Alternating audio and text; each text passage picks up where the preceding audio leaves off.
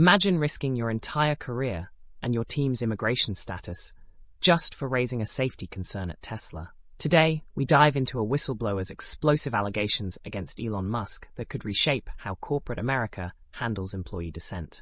Welcome to the Elon Daily News. This podcast is created by generative AI.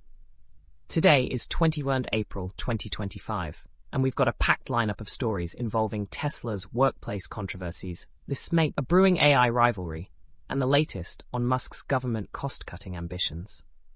Let's start with a dramatic whistleblower case that has resurfaced at Tesla. Christina Ballon, a former Tesla engineer originally from Romania, alleges that after she flagged a potential brake safety issue with the Model S directly to Elon Musk, she faced severe retaliation. Ballon claims Musk's response was not just dismissive.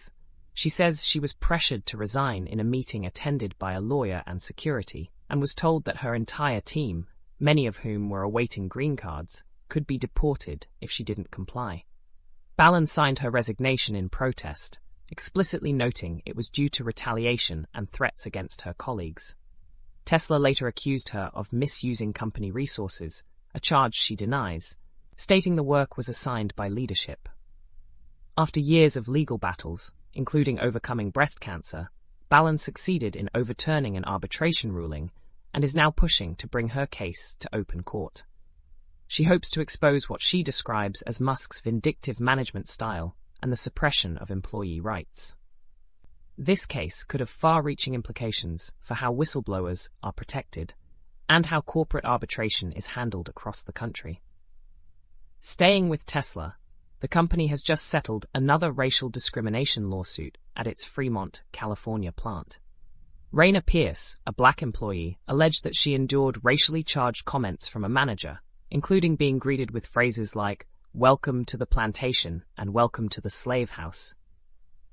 Pierce also reported gender-based insults and racist graffiti in workplace bathrooms, and claimed she was disciplined for actions that white co-workers were not penalized for. The settlement, finalized last week, keeps its terms confidential.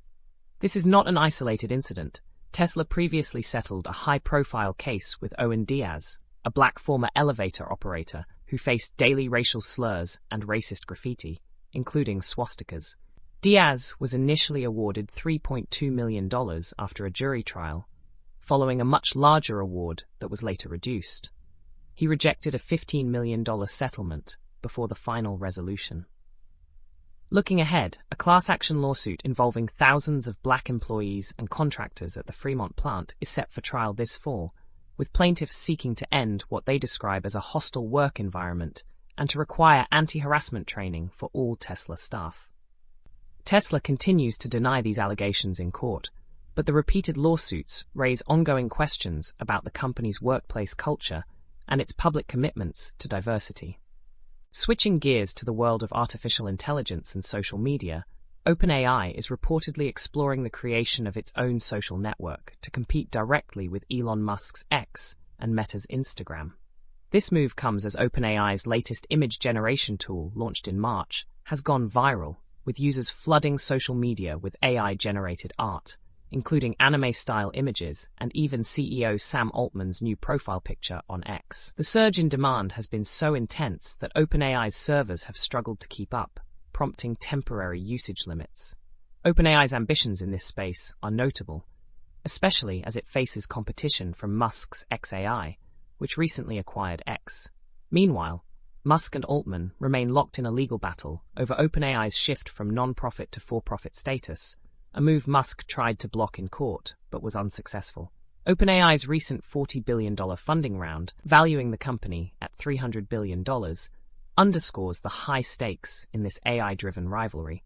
The potential launch of a new social network signals OpenAI's intent to expand its influence well beyond generative AI tools. Finally, let's talk about Elon Musk's Department of Government Efficiency, or DOGE, which was created under the Trump administration to slash federal spending.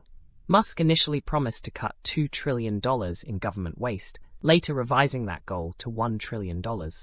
However, the latest figures show DOGE expects to save only about $150 billion for fiscal year 2026, a mere fraction of the original target, and just over 2% of the federal budget.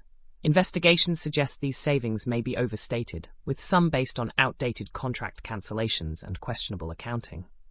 Meanwhile, federal spending has actually increased by at least $135 billion compared to last year, with notable rises in Treasury payouts, agricultural subsidies, FEMA spending, and federal salaries.